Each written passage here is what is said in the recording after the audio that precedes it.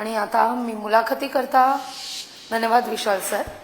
रवींद्र धंगेकरजी यांच्याशी संवाद साधण्याकरता मी आता सूत्र सोपवते माझा सहकारी अजिंक्यकडे. धन्यवाद लागवी.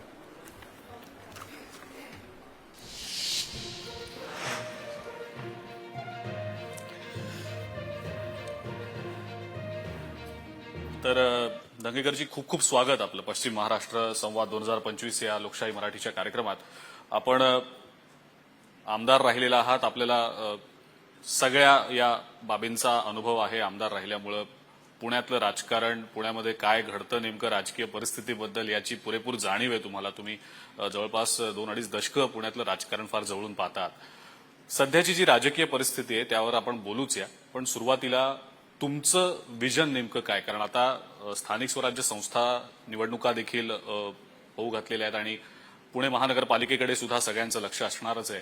तुम्ही आता शिवसेनेमध्ये नेते आहात, माजी आमदार आहात, तर त्या अनुषंगानं नेमकं तुमचं पुण्यासाठीचं, पुणे शहरासाठीचं विजन काय? आपण सुरुवातीला त्याबद्दल थोडं जाणून घेऊया. नमस्कार. आपण तुम्हाला मनापासून तुमच्या परिवाराला मी धन्यवाद देतो की पश्चिम महाराष्ट्रातील जे मान्यवर आहेत त्यांना आपण या ठिकाणी बोलून संवादाची दारं आपण उघडी केली, त्याबद्दल मी मनापासून धन्यवाद देतो. आज पुणे महानगर प्रमुख म्हणून शिवसेनेचं मी काम बघतो आणि गेली 2 दशकं नाही, गेली 3 दशकं मी काम करतो पुणे शहरामध्ये. आणि पुणे शहराची डेव्हलपमेंट होत असताना मी त्या प्रक्रियेमध्ये बऱ्यापैकी विरोधी पक्षनेता म्हणून काम करताना आजपर्यंत मी सत्तेत कधीच सहभागी झालो ना. आता शिवसेनेत आल्यामुळे आता मी सत्तेत आल्यासारखं थोडं फील यायला लागलं. पण आपल्याला माहिती असेल की पुण्यातून यायला इकडं मला 2 तास लागले. मी एवढी वाहतूक रस्त्यावर आहे आणि ज्या पद्धतीने पुणे वाढतंय, आपण बघितलं असेल तर पुण्यावर आता बऱ्यापैकी नागरिक वस्ती मोठ्या प्रमाणात वाढते. मुंबई आपण बघितलं तर मुंबई अशी वाढली, पुणे असं वाढत चाललं. म्हणजे पुण्याचं किलोमीटर बघितलं तर मुंबईपेक्षा जास्त इतकं पुणे मोठं वाढत जात आहे. आणि वाढत असताना पुण्याच्या पायाभूत सुविधा आहेत त्यावर प्रचंड ताण आहे. म्हणजे मी पूर्वी पुणे शहराच्या डोक्यावर 22 टीएमसी पाणी होतं आणि त्या 22 टीएमसी पाणीमधनं पुण्याला पाणी देऊन शेतीला पाणी जात होतं. आता 22 टीएमसी पुण्यातच लागतंय. म्हणजे एवढं प्रचंड नागरिक वस्ती वाढल्यामुळे हा ताण सर्वसामान्य लोकांवर पडलेला आहे, पण सिस्टीमवर बी आला येतो. एवढी प्रचंड आता सरकारने, शासनाने ह्याच्यावर एकदम दुर्बीण सारखी नजर टाकून ह्याच्यामध्ये काम करावं लागेल. म्हणजे आम्ही पाण्यापासून का बोलतो तर सुरुवात तिथनंच होती महानगरपालिकेची. आणि पुणे महानगरपालिकेच्या हद्दीच्या बाहेर परत आम्हाला 10 किलोमीटर पाणी द्यावं लागतं पिण्याचं. आणि पुण्याची सगळी भौगोलिक परिस्थिती पाहता आज आपण बघितलं असेल तर एक दुष्काळ पडला, मग कर्नाटक असेल, बीड असेल, सोलापूरचा परिसर असेल, तर कित्येक पटी लोक पुण्यामध्ये वाढतात आणि ती इतकी प्रचंड वाढलीत तर पिंपरी चिंचवड, पुणे, भोसरी हा सगळा पट्टा जो शेती विभाग होता तो आता निवासी होत चालला. आणि ह्याच्यामुळं सरकारला प्रचंड काम करावं लागेल, आम्हाला करावं लागेल, पुणे महानगरपालिकेला करावं लागेल. बरोबर. वाहतुकीचे प्रश्न आहेत. मग आता मेट्रो झाली, रोड रिंग लवकर झाली पाहिजेत आणि तेवढं होऊन बी ह्याला कंट्रोल करणं एवढं आता सोपं राहिलेलं नाही. त्यामुळे हा सगळा जो विषय आहे तो गांभीर्याने म्हणजे वरिष्ठांनी, म्हणजे माझ्यापेक्षा जे पक्षामध्ये वरिष्ठ असतील, सत्तेतले असतील, केंद्रातले असतील, आज तुम्हाला पाणी धरणं जी आहेत ती तुम्हाला वाढवता येणार नाहीत, पण तुम्हाला कुठंतरी अंडरग्राऊंड म्हणजे भुयारी मार्गाने पाणी कुठनं तरी आणून परत पुण्याला आणि पुढे द्यावं लागेल. बरोबर. तरच हे सगळं. आज पुणे शहरामध्ये पाणी नाही. अनेक ठिकाणी पुण्याची परिस्थिती तेवढी पाण्यासाठी आम्ही फक्त योजना आणतोय, पण तो योजना खाली रन होतात का, लोकांपर्यंत पोहोचतात का, ह्याचा अभ्यास आम्हाला करावाच लागणार आहे. आणि ह्याच्यासाठी ह्या आत्ताच्या निवडणुकीचा प्रश्न हाच येणार की वाहतूक, पुण्याची डेव्हलपमेंट आणि पायाभूत सुविधा. त्यामुळे आता येणारी निवडणुका ही लोकांपुढं आम्हाला लोक हे प्रश्न विचारतीलच, पण शिवसेना म्हणून आम्ही हे लोकांपर्यंत कसं सुलभ होईल आणि ह्याच्यापुढे आमचं व्हिजन काय असेल ते आम्ही आता या निवडणुकीत नागरिकांसमोर द्यावंच लागेल बरोबर. आणि ते आता मी देणारच. बरं, पण दंगेकरजी, आता पक्षानं तुमच्यावर एक खूप मोठी जबाबदारी दिलेली आहे पुण्याच्या बाबतीत, आणि ज्या पद्धतीनं गुन्हेगारीकरणाचा मुद्दा सातत्यानं चर्चेत येतो, तुम्ही देखील त्याबद्दल सातत्यानं बोलत असता. ज्या ज्या वाईट गोष्टी आहेत पुण्याच्या दृष्टीनं गुन्हेगारीकरणाच्या अनुषंगानं, त्याबद्दल अनेक जण आवाज उठवत असतात. पण सध्या नागरी समस्यांचा उल्लेख तुम्ही केलात मगाशी, पायाभूत सुविधा ज्या आता झपाट्यानं पुण्याची जी गरज आहे शहर म्हणून, विस्तारीकरण वाढलंय त्या अनुषंगानं त्या दृष्टीनं देखील पावलं टाकली जात आहेत. पण गुन्हेगारीकरणासंदर्भातलं अजूनपर्यंत तितकं सोल्युशन निघालंय असं तुम्हाला वैयक्तिकरित्या वाटतं का, लोकप्रतिनिधी म्हणून? कारण तुम्ही सातत्यानं लोकांमध्ये जात असता, लोकांशी बोलत असता, लोकांच्या समस्या सोडवण्याकडे तुमचा कल असतो. गुन्हेगारीकरणाची समस्या पुण्यातली सुटली आहे? नाही बघा, याच्यामध्ये मी आज 4-5 दिवस तुम्ही मला बघत असाल, मी सगळ्या चॅनेलशी बोलतोय. ह्याच्यामध्ये माझ्यासहित सर्वांनी जर ह्याच्यामध्ये कंट्रोल आणलं नाही आणि गुन्हेगारीला जर बाजूला ठेवलं नाही, गुन्हेगार आम्हाला कशाला लागतात, तर निवडणुकीसाठी लागतात. आणि मग निवडणुकीमध्ये त्यांनी आम्हाला जर मदत केली असेल तर त्यांनी जे काम कृत्य केलं त्याच्यावर पांघरून टाकायचं काम आम्हाला करावं लागतं माझ्या सहित. तर गुन्हेगारांना आपल्याजवळ कितपत ठेवलं पाहिजे, एक आचारसंहिता आता आम्ही सगळ्याच. पण मग मला तुम्हाला हाच प्रश्न विचारायचा आहे की का गरज लागते ह्याचा विषय? आता तुम्हाला तर माझ्यापेक्षा जास्त माहिती की निवडणुका जिंकण्यासाठी हे सगळं आम्हाला लोकांना हे करावं लागतं. आणि हे मी जाहीर का करतो, तर मी त्या सिस्टीमचा एक भाग आहे. कारण उद्या मी तुमच्यावर बसलो, ह्याच्या शेजारी बसलो की फोटो येतात, हे का बोलले, तर आता ही जबाबदारी आमच्या सर्वांची, सर्वच पक्षाच्या नेत्यांची, सर्वच पक्षाची सामाजिक जी काम करतात त्यांची सगळ्यांची जबाबदारी की ही जर तुम्हाला बाजूला ठेवायचं असेल तर आमच्या सगळ्यांनी ही सिस्टीम, म्हणजे तो गुन्हेगार लोकांचे दिवसा डोळ्या गळे कापणारा जर त्याला आमची जर सिस्टीम मदत करत असेल तर आम्ही सर्वात मोठे पापी आहोत. नाही, पण मग रवींद्र दंगेकरजी, माझा पुढचा प्रश्न हाच असेल की मग लोकांचे गळे कापणारे लोक का लागावीत, एक तो मुद्दा. आणि लोकांसाठी काम करायचं म्हणून आपण निवडणुका लढवतो लोकप्रतिनिधी म्हणून, तर मग हे कितीतरी विरोधाभासी आहे ना. जे आता लाईव्ह बघतायत कदाचित प्रेक्षक, त्यांना हा प्रश्न पडू शकतो. आता तुम्ही जे धाडसी वक्तव्य केलं एक प्रकारचं, त्यामुळे नाही, याच्यामध्ये बघा मी परत एकदा सांगतो की आता लोकांनी हे जे मी बोलतोय लोकांसाठीच बोलतोय. लोकांनी कधी निर्णय घेतला पाहिजे. वाईट प्रवृत्तीचे जे लीडर आहेत त्यांना बाजूला ठेवण्याचं काम केलं. मग ती वाईट प्रवृत्तीची लोक त्यांच्याविरुद्ध मी बोलतोय.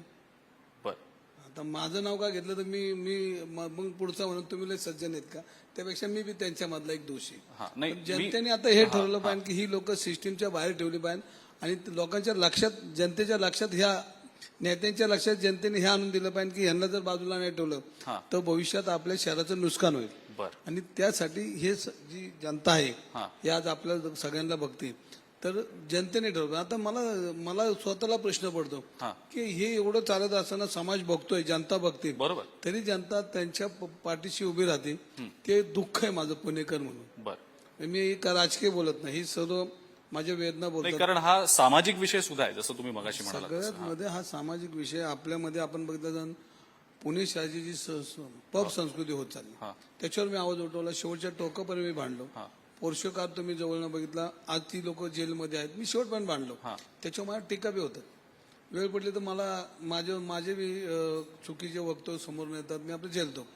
पण ज्यावेळेला तुम्ही समाजाचं काम करायला निघतात त्यावेळेला हे सगळं सहन करावं लागतं. कारण सिस्टीम मध्ये समोर जाऊन मी किती चांगलं हे सांगायला जातो आणि आम्ही सांगतो की आम्ही किती चांगले. पण मी आता माझ्याच सगळ्यांना मी सांगतो की सिस्टीम मध्ये जर तुम्हाला एखादा लोकप्रतिनिधी जर तुम्हाला विधान भवनात पाठवत असेल, संसदेत पाठवत असेल, तर त्याच्या आजूबाजूला कोण आहेत ते बघून लोकांनी त्यांना लाईक केलं. हो, पण तुम्ही म्हणालात सिस्टीमचा हा भाग आहे. हा सिस्टीमचा भाग न व्हावा यासाठी काय केलं गेलं पाहिजे असं वाटतं? जनतेने याला रोखलं पाहिजे. आम्ही आता एक रवी धंगर ओरडून जमेल का? तर आपल्याकडे लोकशाहीमध्ये शिक्का आहे, ते शिक्क्याच्या वेळी तरी डोक्यात ठेवलं पाहिजे की आता ह्यांना ठेवायचं नाही. मग लोकशाही मराठीचंच व्यासपीठ आहे म्हणून मी तर प्रश्न तुम्हाला त्या दृष्टीने हाच विचारीन की ज्या वेळेला जनता ठरवत असते काय करायचं आणि काय नाही करायचं, आणि तुम्ही म्हणताय की जनतेला सुद्धा आता ठरवावं लागणार आहे की पुढची जी परिस्थिती आहे ती गुन्हेगारीकरणाच्या सोबत राजकारण पुण्यातलं दिसेल नाही दिसेल जनता पुणेकर ठरवतील, बरोबर ना? पण मग या अशा परिस्थितीत ही सिस्टीमच जर तोडायची असेल तर रवींद्र दंगेकर काय करू शकतील? रवी दंगेकर, आता तुम्ही गेली 2-3 वर्ष रस्त्यावर उतरतात, वरडतात, बोंबलतात, आंदोलन करतात, हा पण तिथं काय खालनं काय प्रतिसाद एकट्याला येत नाही, एकटाच लढतोय. नाही, पण आता तुम्ही सत्तेत आहात, सत्तेतल्या पक्षात आहात. तरी मी जे सत्तेत असलो तरी मी परत एकदा सांगतो की मी पहिला पुणेकर आहे, हा पहिला लोकांमधला कार्यकर्ता आहे. मी तिथनं सुरुवात करतो माझ्या राजकारणाला. म्हणून मी सत्तेत मला किती फायदा मिळेल किंवा किती तोटा मिळेल हा विषय न राहता हा माझ्या पुणेकरांना चांगलं पुणे, भयमुक्त पुणे, कोथरूड भयमुक्त पुणे, हे मी जे बोलतोय ना हा त्याच्या माझ्या वेदना ह्या जनतेच्या वेदना आहेत. फक्त आता माझ्या जनतेला ह्याच्यामधनं विनंती की आता या सिस्टीमला तुम्ही थांबवा. बर जे गुन्हेगार दिसतात त्यांना तुम्ही आता पक्षाच्या विचार असतात, लोक पक्षाच्या विचाराकडे जातात, त्या विचारामध्ये न राहता जनतेमध्ये काम करणारा कार्यकर्ता किंवा जनतेमध्ये राहणारा पक्ष त्याला एकदा बघा, मी कायम तुमच्या बरोबर राहिलो तर तुम्ही ठरवून जाता की आपण काय केलं तरी आपल्या मागे लोक आहेत. पण कधीतरी एखादा तुम्हाला मी धक्का देतो, तुम्ही जागेवर येता आणि मग तुमच्या लक्षात येतं की आपण कुठेतरी चुकतोय. बर हे एकदा जनतेने हे ठरवलं पाहिजे की एकदा धक्का द्या. बर धक्का दिल्यानंतर लोकांच्या लक्षात येईल की त्याच्या लक्षात येईल हा की आपण कुठेतरी चुकतोय, आता ह्याच्यात बदल केला पाहिजे. हा तो आता एवढा हवेत आहे की आपल्याला लोक काहीच करू शकत नाही, आपण आहे ते आहेच. बर तर हे जनतेने जरा थोडं डोक्यात घेतलं आणि एक धक्का दिला तर सगळी लोकशाहीच्या पटरीवर सगळे व्यवस्थित येते. बर एक तुम्हाला अपेक्षित असणारा प्रश्न विचारतो, कारण गेले काही दिवस सातत्यानं ज्या मुद्द्याची चर्चा आहे, घायवळ बंधूंसंदर्भातला मुद्दा, तुम्ही ज्या वेळेला हा मुद्दा उपस्थित केला सगळ्यात आधी त्यावेळेला तुमचा टीकेचा रोख एका ठराविक नेत्याकडे होता. नाही, तुम्ही नाव घ्या ना. मी नाव घेतोच ना, घ्या, घ्या, मी मी घेणारच आहे नाव. बोलतो. चंद्रकांत दादांवर तुमचा हा, टीकेचा मला- रोख होता. माझा- तर त्यामागचं नेमकं कारण जाणून घ्यायला सगळ्यांनाच आवडणार आहे, कारण सातत्यानं गेला आठवडाभर आपण या संदर्भातल्या बातम्या बघतोय आणि आता तर तुम्ही महायुतीमध्ये आहात, सत्तेत आहात, तर मग सत्तेतल्याच तुमच्याच मित्रपक्षातल्या नेत्याला, मंत्र्याला अशा प्रकारे टार्गेट तुम्ही करताय असा देखील आरोप तुमच्यावर झाला. पण फक्त चंद्रकांत दादांसोबतच त्यांचे फोटो समोर आले का तर नाही, इतरही अनेक नेते होते ज्यांच्या सोबत फोटो दिसले, ज्या गुन्हेगारांबद्दल तुम्ही सांगितलं त्याबद्दल. पण मग सिलेक्टिव्हली हे केलं गेलं असा देखील आरोप झाला. तर हे आरोप पटतात तुम्हाला? बघा, याच्यामध्ये परत एकदा मी सांगतो की निलेश गायकवाडसारखा गुंड पासपोर्टमध्ये छेडछाड करतो आणि तो देशातून पळून जातो. ही तुमच्या माझ्यासहित पोलिसांची नाचक्की की आपण ह्या शहरात राहतो, या शहरामध्ये हे असे कारस्थानं चालतात. आपण या पुण्यात बसलोय आणि आपल्याला पुण्यामधला पासपोर्ट मध्ये छेडछाड करून गुन्हेगार पळतोय, म्हणजे आपलं काय लय नाव उंच होणार नाही. ह्याच्यामध्ये आपली सगळ्यांची बदनामी. मी तेच म्हणतो की आपल्या पुणे शहराचे पालकमंत्री म्हणून चंद्रकांतदादा पाटील राहिले, ते ज्येष्ठ नेते आहेत, बरोबर, आज ते आमदार आहेत. बरोबर.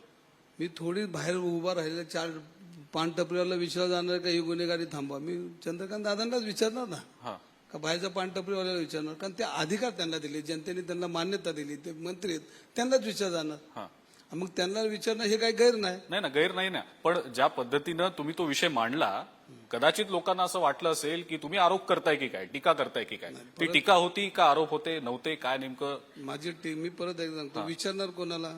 लोकप्रतिनिधींना विचारणार ना. हो, पण ते तुम्ही तसंही जाऊन विचारू शकलाच असतात. नाही, पण तुमच्या माध्यमातून विचारलं ना, ते कसं असतं समाजाला कळलं पाहिजे ना. बघा, मी परत एकदम एक धक्का दिला पाहिजे. हा तुम्ही धक्का देत नाही तो, पण आता मी कवर धक्के देत बसू. सगळ्यांनी म्हणून तो धक्का दिला पाहिजे आणि आपण विचारणार तर जबाबदार माणसालाच विचारणार ना. बर, एका सिस्टीममध्ये जो प्रमुख असतो त्यालाच विचारणार आणि सिस्टीमचे प्रमुख तेच. आणि ज्या वेळेला निलेश गायकवाड बरोबर असणारी लोक त्यांच्या बरोबर असतात, म्हणून आपण त्यांना विचारणार हा कोण आहे, मग हा कोण आहे, तर मग हा तुमच्यापाशी काय करतो आणि हा करत असताना पोलीस स्टेशनमध्ये तुमची निरोप का पोहोचवतो, हे सगळ्या माहिती असतात ना. बर. आणि शेवटी त्या माहितीच्या आधारे आम्ही बोलत असतो. आणि शेवटी बघा, परत एकदा सांगतो की मी जरी सत्तेत असलो तर मी कदम साहेबांनी जर तो परवाना दिला असेल तर तो चूक झाली हे बोललो ना मी, असं नाही ना म्हणलो की. नाही, पण मग दंगेकरजी, तुम्ही तुमच्याच पक्षातले जे गृहराज्यमंत्री आहेत सध्या, त्यांचंच नाव गोत्यात आलं या प्रकरणात, असं तुम्हाला वाटत नाही? तुमच्याच पक्षातल्या नेत्याचं नाव गोत्यात आलं, तुम्ही हा खुलासा केल्यानंतर असं बघा, वाटत? आता आमचे शिवसेनेचे नेते रामदास कदम त्यांनी स्पष्टीकरण याच्यामध्ये दिले बरोबर, की एखाद्या मंत्र्याकडे गेलेला प्रस्ताव हा कोणाच्या तरी मध्यस्थीतून जातो. बरोबर. मग आमदार असेल, खासदार असेल, लोकप्रतिनिधी असेल, तर तो लोकप्रतिनिधी कोण आहे हे तुम्हाला सांगतो. रोहित पवारांनी काल जाहीर केलं. तेच आहेत ते लोकप्रतिनिधी. ते जाहीर केलं. आता जाहीर केल्यानंतर आता त्याचा खुलासा त्यांनी केला पाहिजे. आणि त्याच्यामध्ये रामदास कदमांनी बी सांगितलं की ह्याच्यामध्ये एक सिस्टीम मंत्रिमंडळाच्या लेवलचा मोठा पदाधिकारी, मग विषय संपतो ना. मग आम्ही ज्या वेळेला, आणि हे मी म्हणलो की जर कदमांची चूक झाली असेल तर दुरुस्ती होऊ शकते, आम्ही विनंती करतो. चूक म्हणल्यावर बनलो ना त्यांना. नाही, पण मग दंगेकरजी तुम्ही सुरुवात केलीत की मी विरोधी पक्ष नेता पण होतो, म्हणजे तुम्ही इतके वर्ष कदाचित सत्तेत नव्हतात, आता सत्तेत आहात, सत्तेतल्या पक्षाचे नेते आहात, एका शहराचे प्रमुख नेते आहात आणि कदाचित पुढच्या काळात तुम्हाला मोठी जबाबदारी पण दिली जाईल. पण मग असा देखील आरोप होतो रवींद्र दंगेकरांवर की मग रवींद्र दंगेकर त्याच विरोधी पक्षनेत्याच्याच मानसिकतेत आहेत की काय, सत्ताधारी पक्षाच्या नेत्याच्या मानसिकतेत नाहीयेत की काय, मग असं आहे खरंच? बघा, आता मी तुमच्या माहिती करता सांगतो, मी शिवसेनेचा नगरसेवक होतो. हा आणि शिवसेना प्रमुखांचं एक वाक्य आहे, हा जनतेच्या अडचणीसाठी सत्तेला लाथ मारली तरी चालेल, पण जनतेसाठी तुम्ही रस्त्यावर उभे राहा. ही शिवसेना प्रमुख जी पक्ष स्थापना केली आणि त्या पक्षात मी काम करतो. शिवसेना प्रमुखांनी सांगितलं की जनतेच्या अडचण सत्ता येत असेल तर सत्तेला लाथ मारा, पण जनतेबरोबर राहा. हे वाक्य हा, बरोबर. त्यामुळे मी काय चुकीचं वागत नाही, पण मग मित्र पक्षातले नेते त्यामुळे अडचणीत येतील याचा विचार रवींद्र दंगेकर करतायत नाही करतायत असा देखील आरोप होतो. ह्याच्यामध्ये मी पहिला पुणेकर आहे, हा, हे वाक्य तुम्ही आपण बरोबर, ठाम ठेवलं. बरोबर, त्यामुळे काय अडचण नाही, पुणेकरांसाठी बोललं पाहिजे. बरोबर. आणि जो चुकला त्याला सांगितलं, ते धाडस माझ्यात आहे.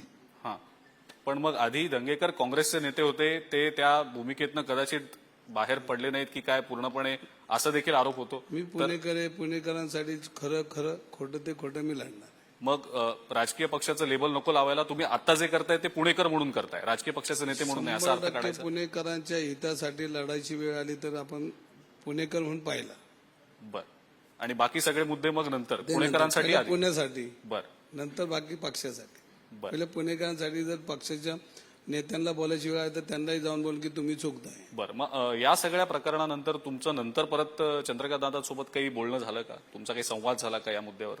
ते कुठं दिसत नाहीत, त्यांना आता शोधतोय मी, मला दिसत नाहीत ते. हे तुम्ही तर भेटूच शकता त्यांना, तुम्ही. तुम्हालाही भेटत नाही, प्रेसला बी भेटत नाही, विसरा किती प्रेसवाल्यांना विसरा, त्यांनाही भेटत नाही. बर, ठीक आहे, आपण या विषयात ते बोलतच नाही कोणाशी.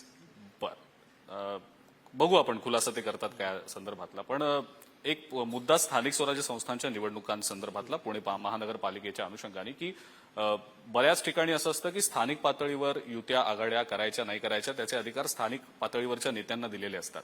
पुणे महानगरपालिकेबाबत काय नेमकं शिवसेनेचं नियोजन ठरलेलं आहे, तुमच्या सोबत त्याबद्दल काही चर्चा झाली आहे का?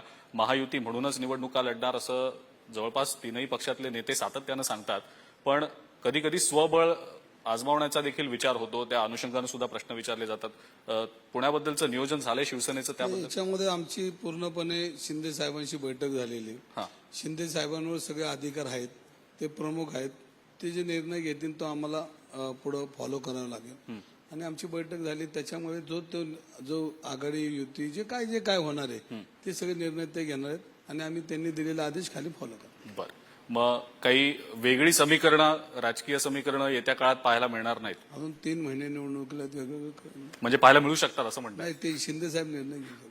बरं, ठीक आहे, आपण आशा करूया की जे आता तुम्ही म्हणताय त्या दृष्टीनं होऊ शकेल. जाता जाता शेवटचा प्रश्न विचारतो. पुणेकरांसाठीचं तुमचं विजन तुम्ही सुरुवातीला सांगितलंच, पण महानगरपालिका निवडणुकीच्या दृष्टीनं कोणकोणत्या अशा समस्या आहेत ज्या प्राधान्यक्रमानं सोडवल्या पाहिजे जेणेकरून पुणेकरांना कमीत कमी त्रास होईल? पायाभूत सुविधांबद्दल तुम्ही बोललातच, पण काही नागरी समस्या सुद्धा आहेत. पार्किंगचा मुद्दा महत्वाचा आहे, वाहतूक समस्या महत्वाची आहे तुम्ही म्हणालात, तर काय नेमकं त्या दृष्टीनं तुम्हाला पुणेकरांना आवाहन सुद्धा करायचं आहे आणि समस्या सोडवण्याबद्दलच्या दृष्टीनं देखील काय?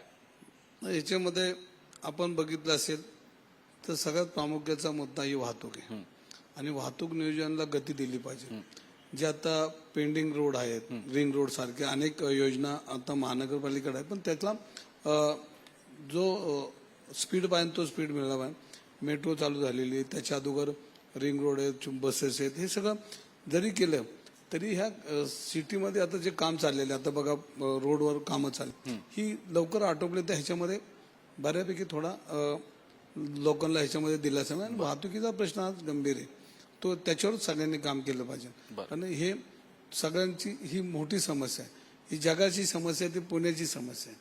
वाहतुकीची समस्या सगळीकडेच आहे, पण त्यात ह्याला गती दिली पाहिजे. वाहतुकीला हा महत्वाचा प्रश्न आहे आणि तो सोडवला पाहिजे. ठीक, रवींद्र दंगेकरजी खूप खूप धन्यवाद. तुम्ही पश्चिम महाराष्ट्र संवाद या लोकशाही मराठीच्या कार्यक्रमात सहभागी झालात आणि सगळ्या प्रश्नांना बेडरपणे आणि अत्यंत जबाबदारीनं उत्तरं दिलीत त्याबद्दल, दिलखुलासपणे तुम्ही उत्तरं दिलीत त्याबद्दल खूप खूप धन्यवाद.